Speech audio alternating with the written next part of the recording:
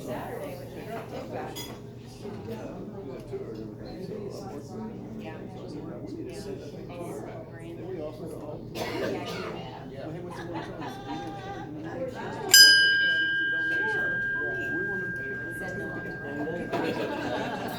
Good afternoon, everybody. Welcome to the Tulsa Will Rogers Rotary Tuesday noon meeting.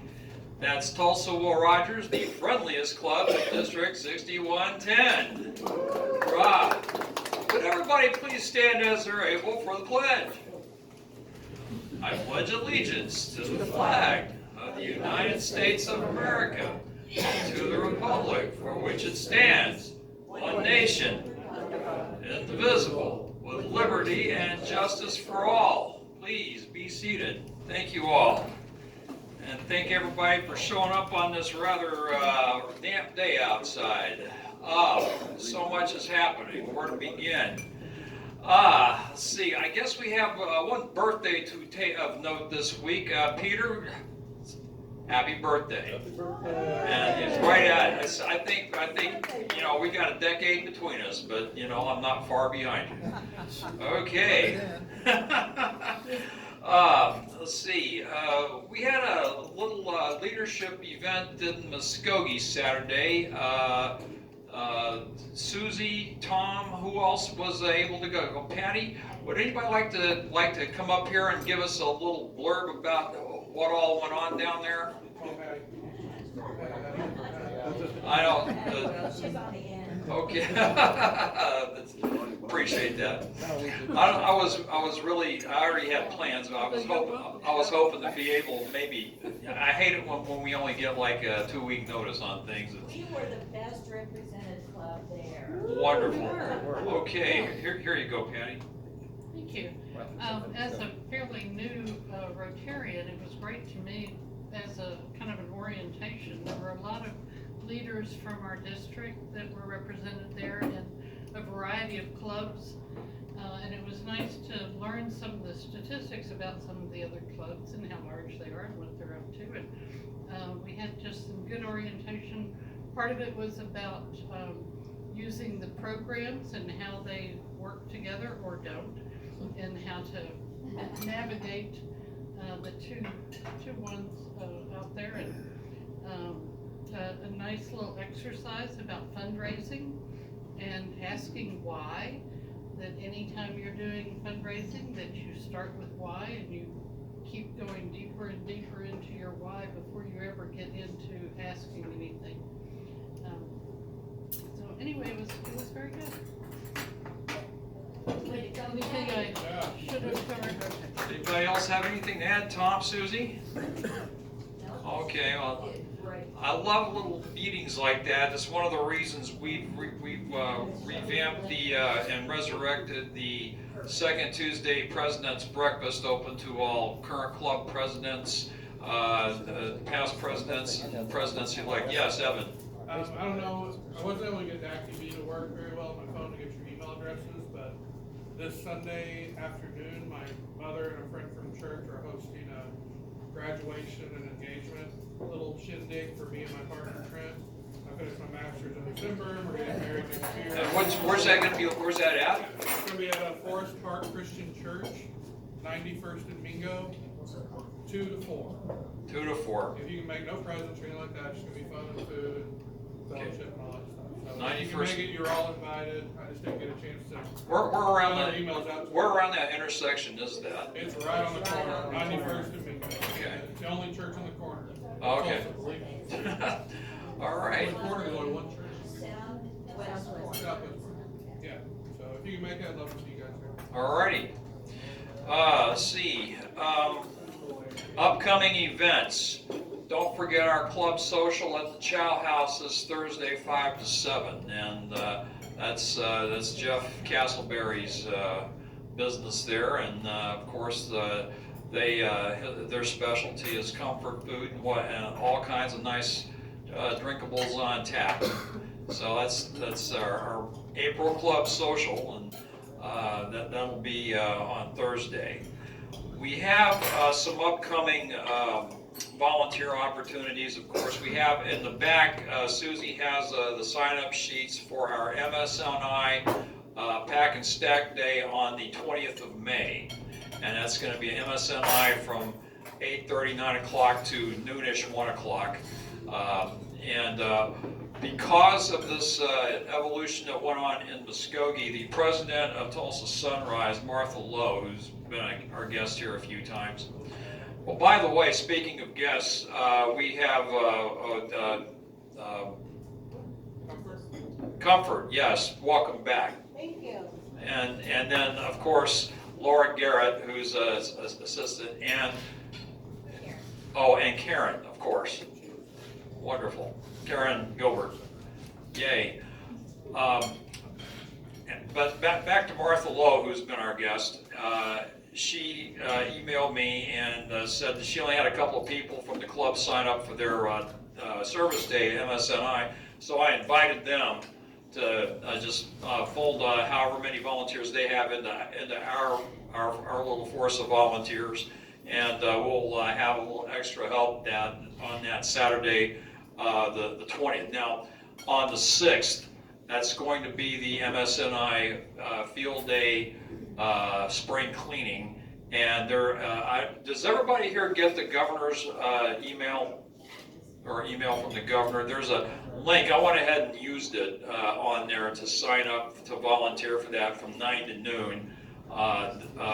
Not this Saturday, but a week from this Saturday, the 6th of May. And it's just, we're going to be getting all the dirt rounded up, swept up, and disposed of, and just kind of make the place look a little more, how should I say, habitable. For the workers who are working there, because the VJ does wonderful work, but he's one guy, and this is going to be a multiple club evolution. I don't know how many people we're going to have there volunteering. Anyway, moving on, we have also a new volunteer opportunity for next Friday. Next week, as you well know, we're going to be meeting at school, room 207 at Will Rogers. And we're going to have Susan Mulvaney, who's coordinating this volunteer time. It's called Welcome to the Future Now, and it's basically life skills for the high school people, the high school students.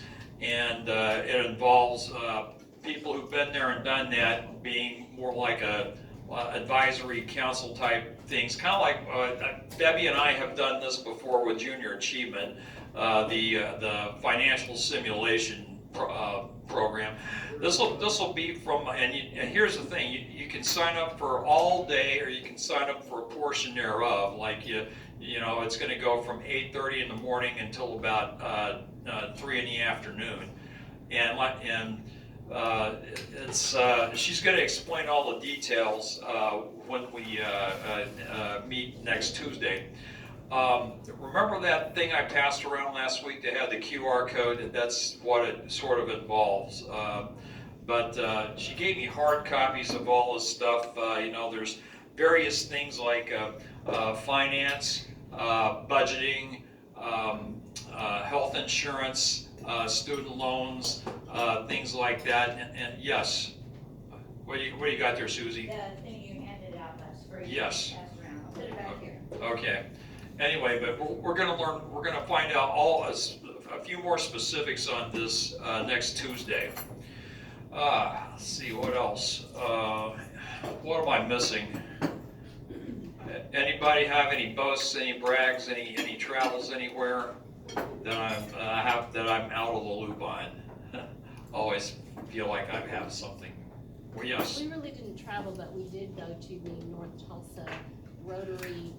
How was that? It was great. North Tulsa Rotary, they were honoring the legacy of Ed Lacey. Ed Lacey. It was an Ed Lacey Gala. Gala. It was great. They have a great club. They're fun. They do a lot of things. We should do something with them. I agree. Men of Note was singing that night. Right. And I didn't get out of there until well past 7:30, almost 8, going on 8. And men of note are going to have one more spring gig next Tuesday evening at a venue over near Prattville, close to Santa Springs. After which we're going to stand down for the summer, and then we're gonna come back together again in September. So it's on the table here for a Men of Note concert for a club meeting sometime in December, and that will likely be doable because it's what we did last year. We had about of the 6 or 7 gigs we did, 2 of them were on Friday meetings. One in Sand Springs and one at Broken Arrow. And it was an abbreviated set, but still it was a gig. Stan, Yes. so tomorrow is our first porch time with the president-elect, although it may be dining room table time with the president-elect because it's cold. I have been gifted with the Will Rogers Rotary Bar, and so there will be festive beverages if you like. I will vouch. And just a reminder, Debbie, Dan, Jeff, Pat, and Jim are the culprits for the guests for tomorrow night. 5:30 to 6:15. Wonderful. We're going to sign up for a later date, there won't be anything left. Now that's the earmark of a visionary president.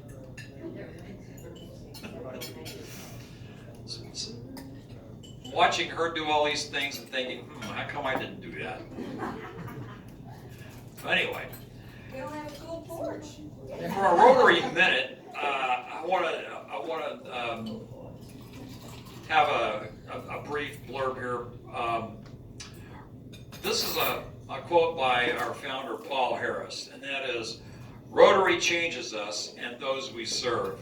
I believe we can change the world one life at a time." And it's nice if we could expand that to more at a time, but we have to start with one in order to change anything. And one is usually ourselves. It's holding with the theme I've kind of been aiming at for the month of April, this being the month of Earth Day and everything, dealing with environmental themes and elevating those who badly need elevated. We had Recycle Michael Patton here on the 11th, and we had Brad Johnson here last week, and this week we have a gentleman who is well known to our club. He's Tulsa County Sheriff's Deputy, and he's originally from San Jose, California. Very well educated at Oklahoma State, and he's currently working on his doctorate. Deputy Richard Gonzales oversees the office at the Tulsa County Sheriff's Department of dealing with environmental issues in county jurisdiction, and oftentimes encounters those experiencing housing insecurities. And I want to turn the microphone over to him now to give us a little rundown on what's happening in our community at this time, and maybe have a little time for a little Q&A afterward. Richie, will you please take it away here? Thank you so much for taking time out of your day to come talk to me. Thank you. So there's some things that you cannot control in life, and one of them is how the court system works. And so I literally just left court, and the thing that went through my head as I left court was, thank God Baxter is right down the street. So it was really good. What I do at the sheriff's office is a few things. I do investigate environmental crimes. Crimes against the environment. I also investigate floodplain violations as well. Some of you just looked at me and thought, what is that? I will explain later. I also, what is really near and dear to my heart as well, is I investigate and provide crimes, elder care, but I investigate crimes against our vulnerable and elderly population. what an honor to do so. A little bit about me is that I was raised by a single mom. My mom did not have education, but she had a ton of wisdom. And I learned something very quickly. We didn't have a lot of resources whatsoever. My mom, we would be considered part of the working poor. I was a high school dropout, actually. And my mom would always tell me, her nickname for me was Little Man. I know this will go on YouTube, so it will leave the room. I was about to tell you, don't let that leave the room. But she'd tell me, Little Man, you need to get an education so that no one will push you around. I am pretty insistent when it comes to being an advocate for those that don't have a voice for themselves. I have a saying that I like to utilize, and it's this. You can use it, you can take credit for it. But it dropped in my heart one day. I hate the term, we're only as strong as the weakest link. I don't like that. I use the term, we're only as strong as those who struggle the most. We're only as strong as those who struggle the most. In our community, there are those who struggle mentally, financially, emotionally, physically. They struggle with rejection. They struggle with where do they belong. And there are those probably in this room that have those struggles. There are those that you pass along the street and have those struggles.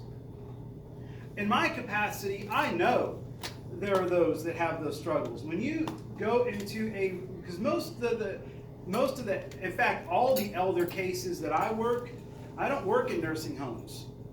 I'm working in their actual homes where families have abused and where families have exploited them. So when you kneel down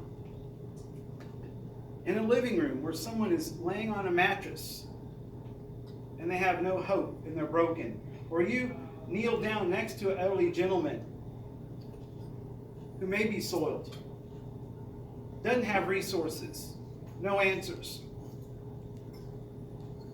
I have to understand something. At that moment, I'm only as strong as that person that's struggling right next to me. And I have to understand that God placed me in the position I'm in to be the advocate for them. And we all have to have that buy-in. We all have to have, everything's good for me. I will volunteer here and there and I will check the box. I didn't want to do that. There's a lot of box checking, and we have to have the buy-in. One of the things that I did for a few years at the sheriff's office, I got to sit on the board of the Tulsa Crime Convention. You talk about that buy-in, Karen's got it. Karen and I shared something very special in that we were both city council members, which meant we had a level of psychological disruption. To serve on city council, there's a problem with you, to have to do that. You're only as strong as the others that want to vote with you, She had the buy-in. That's why I really love serving with her. But my mom would always tell me, Little Man, go get educated, go get your education, and she'd always tell me, help the little guy. I knew what she meant. Help those that are struggling, help those that are hurting. Whenever I first got elected to council, one of the elderly gentlemen in Bixby, he was just one of those just rough around the edges guys. And he pulled me aside in Quick Trip, and he said, let me help you with something. And I'll never forget this. He said, don't become such a big wheel, you forget the grease and wheels. So when we talk about the homelessness in the community, when I encounter some environmental crimes, let me just explain what environmental crime is. Yes, illegal dumping of a toxic waste somewhere, that's probably what you envision, right? So let me explain state statute to you. This is my realm. Crimes against people and property is found in Title 21 of our Oklahoma state statutes. So that would be larceny, like theft, or assault and battery, murder, right? Those really heinous crimes are found in Title 21.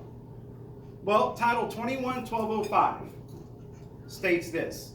It's very simple, low-hanging fruit. You cannot have or possess junk, rubbish, garbage, rubble, debris, tin cans, or anything commonly referred to as garbage within 100 yards of a state or county roadway or 100 yards of another occupied dwelling. That's shooting fish out of a barrel in some of our locations. A lot of properties get abandoned. And we have in the Oklahoma area, in Tulsa, in our region, what we have is a housing crisis. I brought up the fact I was a councilman for one reason and one reason only. Because there were people that would bring affordable housing projects to us. And at the time I knew, representing South Bixby, I knew what my vote was going to be because I knew what the constituents would want. No. Right? I knew it was going to be no because I didn't want a plethora of people showing up at my front doorstep. I knew it was going to be no because for sure that suburb did not want that in our neighborhoods. Listen, we're losing affordable housing at a rapid rate. The proof is this. When you start seeing the working poor, my mom was the working poor, and I start seeing people, couples pushing strollers down the roadway, that's a family that just got unhomed. And we see a lack of affordable housing now because of code violations and whatnot. We can't expect one city to carry the burden, to say, well, why can't Tulsa just have more affordable housing? We're only as strong as those who struggle the most. Every suburb has to carry the weight. Every suburb. The Bixbys, the Jinks, the Owassos, the Broken Arrows, every one of them has to carry the weight and say, we can have affordable housing. The other thing that you look at, because I find it all the time, because what happens is you have an encampment in Tulsa and it gets dispersed. Guess where those individuals go? They go to unincorporated Tulsa County. Where whenever I am looking at an abandoned house who is violating 21-1205, I go track down the owner, you need to clean up the property, I find people on the property. I find those who went from an encampment and they go to an abandoned house. It takes collaborative partnerships with Tulsa Housing Solutions, the Way Home for Tulsa, to figure out what can we do for you? Can we get, you have a caseworker, you have someone that's getting you resources. It takes collaboration and partnership. Things just don't get solved overnight, and they certainly don't get solved by themselves. One of the issues that holds a lot of people back, though, is mental health. You find someone with mental health crisis out in the field. A lot of homeless people deal with that. Most people don't wake up thinking, I think I'll be homeless today. That's normally not a conscious decision that they make. There's been things that have happened in their life to put them where they're at in that situation. What they don't need is unkindness and no compassion. The other day I was coming up on 4th in Denver, and I just rolled the window down because it was a beautiful day. And there's a gentleman, dirty, beard, coat. You know, if they're wearing a coat and it's warm out, that's really all they have. That's it. I looked at him, hello, sir. I said, have a good day. And as articulate as I am speaking to you, he said, sir, you have a good day. And as I'm driving off, I thought, well, what happened to get him to this situation? Could have been loss of a job, loss of family. What is it?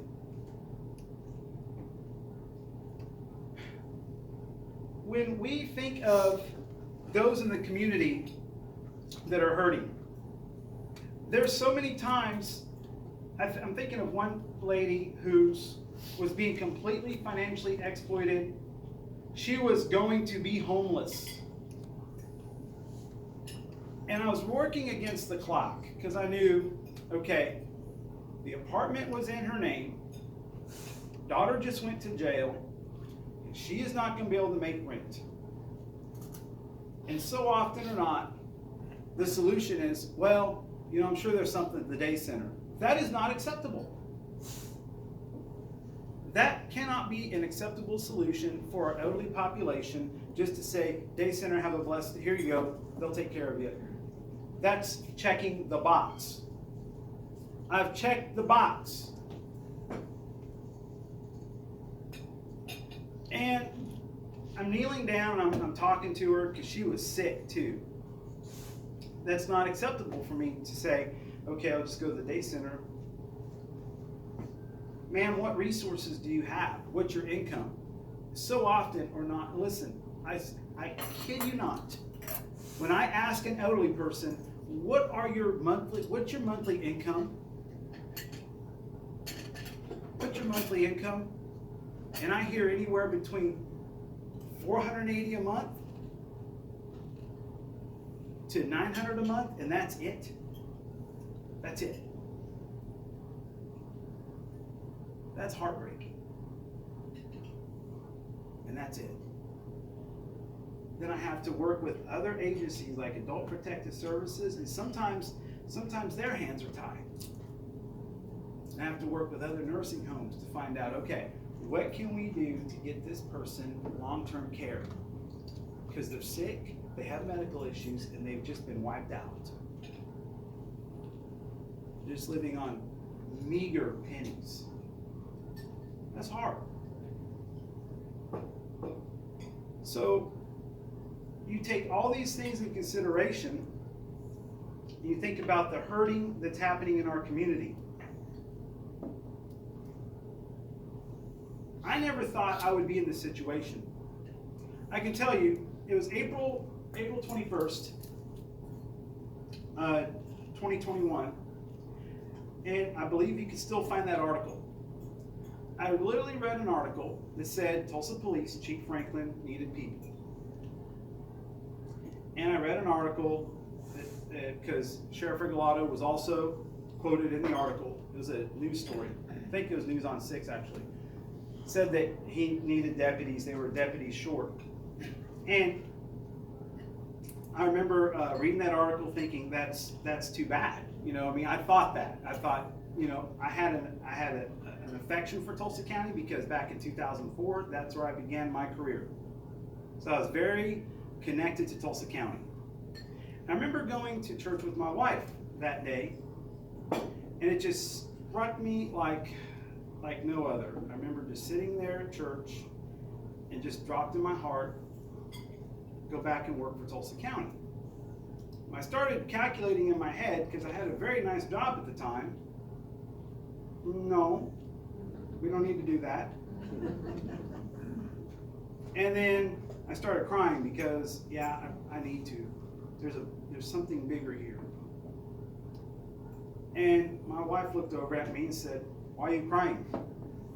I was like, "Well, it's not the music, I can tell you that." I said, "Well, I'm going to have to go back and work in county." She said, "Really?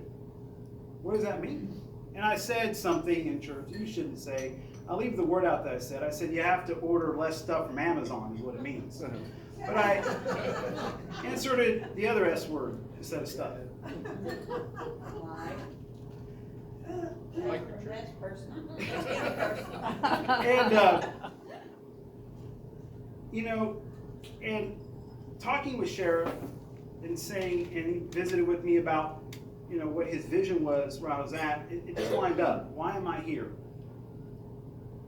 Going back to what my mom always told me. Look out for the little guy. Just look out for those that just need an advocate. Those who are struggling with housing insecurities, food insecurities, living in fear. It was hard for me to leave the court, honestly, because I have an elderly victim that is so nervous and upset right now. Just scared right now. Just beside himself. Before he went into court, because they're going to sequester us, before he went into court, I just leaned down and gave him a hug. It's going to be okay. I can't tell you how many times I go home at night. You can't shut it off. I wouldn't be good at what I did if I'm just like, all right, it's off. Here we go. No, I'm not supposed to. It keeps me up at night. If I showed you my sleep schedule on my Fitbit, you'd be like, how is he functioning? It keeps me up at night. There's always, for every one person we help in the community, I want you to think about this, for every one person you help. And helping is, have you impacted their life enough where they're in a different situation? Their situation's completely different.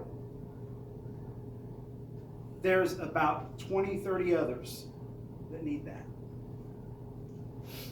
That's why I like Rotary so much. I used to be a Rotary member because you guys have that servant's heart. I can't tell you how many times Rotarians say, how can we help? What can we do? So, yes, there is the homeless crisis happening. I work with A Way Home for Tulsa has a law enforcement collaborative that we meet with once a month. I've missed a couple of the meetings recently because I've just been very busy. But I tell them, hey, you know, if you'll just drive around town, I think people focus on downtown Tulsa and go, oh yeah, it's bad. Yeah. No. This is nothing. Our homeless crisis, and I call it a crisis because it's getting worse. Is spreading out. It is getting worse. The crime is going up. Look at, if people aren't given options and solutions and given care, you're going to have issues come up. It's going to impact quality of life for everybody. And that's really what we want to do. Improve everybody's quality of life. Again, we're only as strong as those who struggle the most. If there's anything I can give you from that today, it's that. And I'm sorry, you know, I've had a lot going on this week and last week because of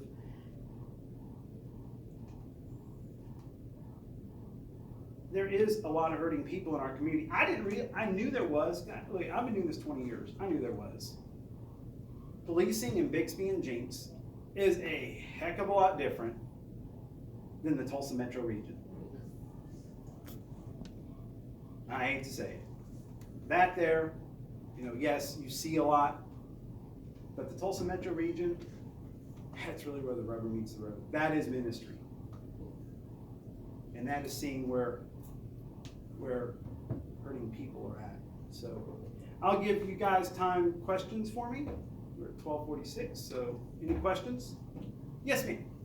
So the statute that you talked about Yeah. of having stuff within, so is that why you come into contact with so many homeless people? Yes, ma'am. And you know, let me tell you, I love Sheriff Regalado.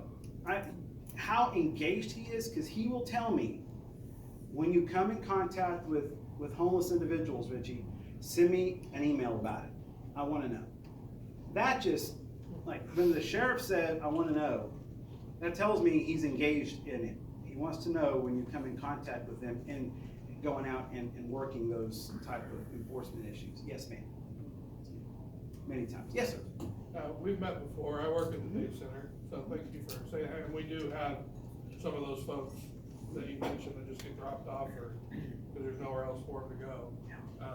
But we're trying to create a new narrative with our Hudson Villas program. It's our apartment complex. It's built over in White City at 11th and Hudson.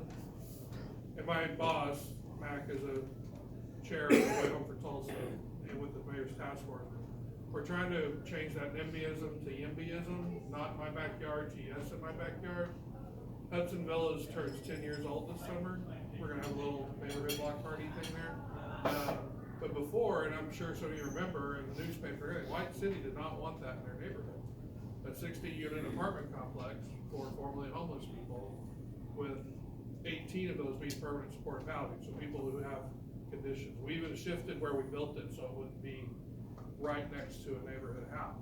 They didn't want the yellow carpets. Yeah, they didn't want it. They didn't want it. But 10 years later, we've recently found out we have neighbors in White City that come to Hudson Villas and have dinner with these folks and bring them into their homes and give them a Christmas present or something. So that NIMBYism to YIMBYism in 10 years it works.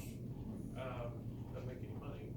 That's the only problem. But it does work in that structure, and so we're really hoping to do that. And I'm sorry to kind of take over for that. No, that's perfect.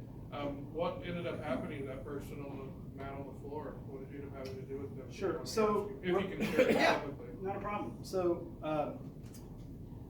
the fortunate thing about what I do is, if you think about what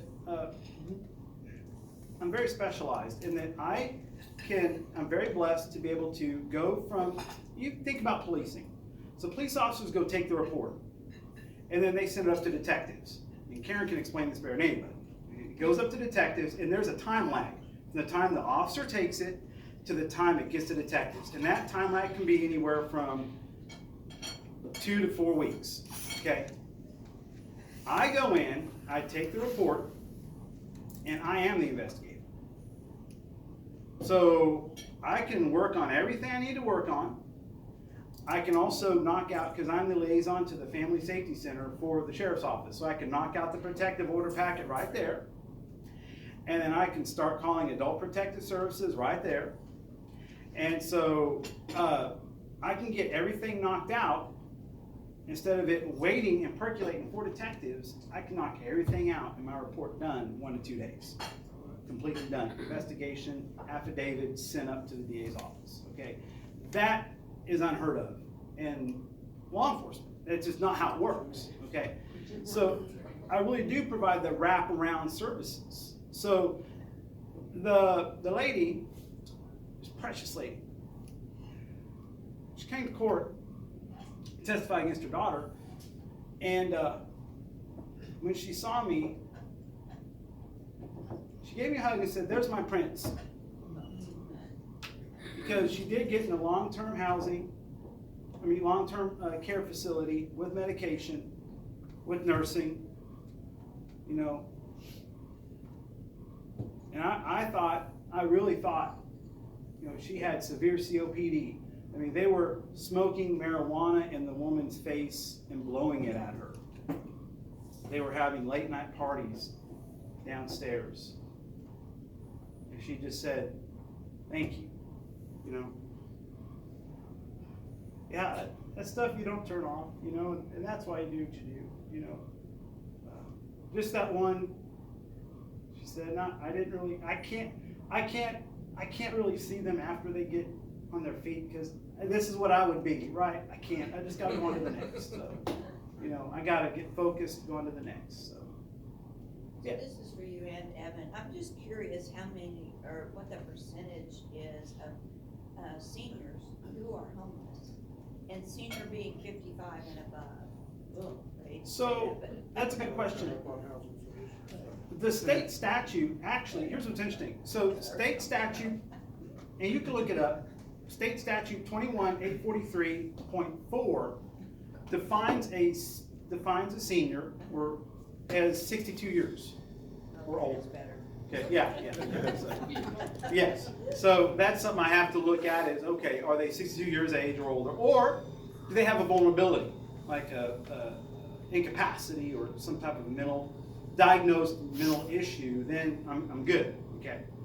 So I know that the victimization, financial exploitation is going through the roof right now. I know that because APS, and here's the other thing about working with Adult Protective Services. I can write a subpoena for bank records, and it might take me 3-4 weeks to get those bank records back. Adult Protective Services, under state statute, they're governed by 43A 101 under the state statutes. So they can write a subpoena from the bank, and they'll have everything I need within 3-4 hours. So that's why if I need something now, I'm calling them. A lot of times they'll call me. And here's the beautiful part about what I do. If it's something really severe and they need it done now, and they need the investigation done now, see, because I work for the sheriff's office. So like, I just don't have to be in unincorporated Tulsa County. I can work investigation anywhere in Tulsa County. So if they need it done now, they'll call me and say, hey, we have A, B, C, this is what we got. And I'll just drop everything and go, all right, here we go. According to Housing Solutions, they're the group that go into the neighborhoods and poll everything. About 1,100 people, 1,200 people in Tulsa experiencing homelessness currently. Of those over 62, it looks like it's almost 300 of that number is over 62. And that's up. Last year, this time it was 170. It's almost over 100 more. Little graph. Any other questions? Thank you all so much.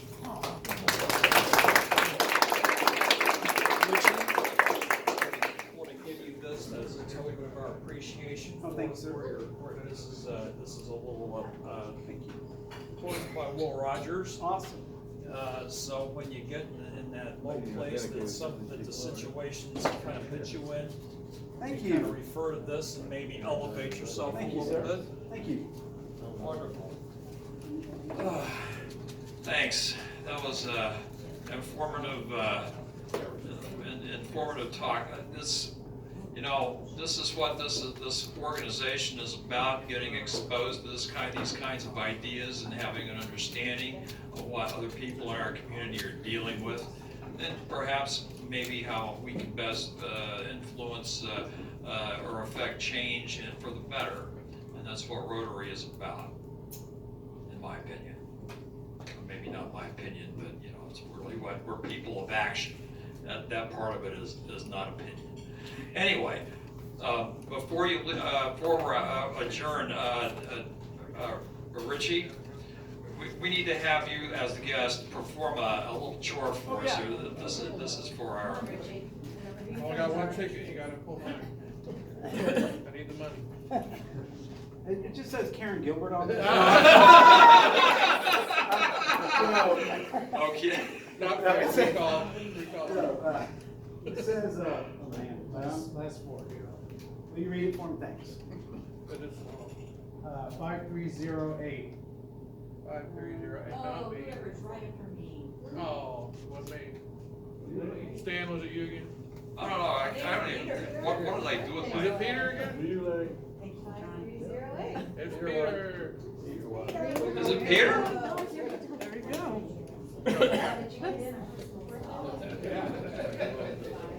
All right, Peter.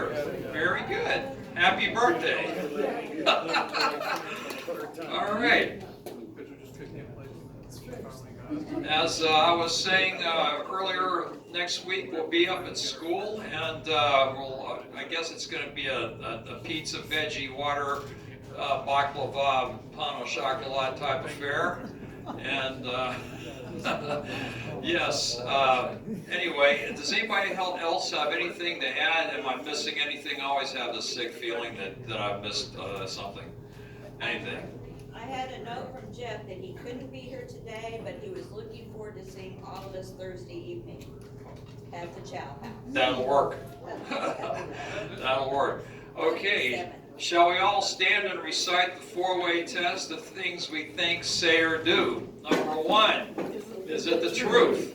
Number two, is it fair to all concerned? Number 3, will it build goodwill and better friendships? Number 4, will it be beneficial to all concerned? Thank you all so much, and Rotarians, let's be extra careful out there.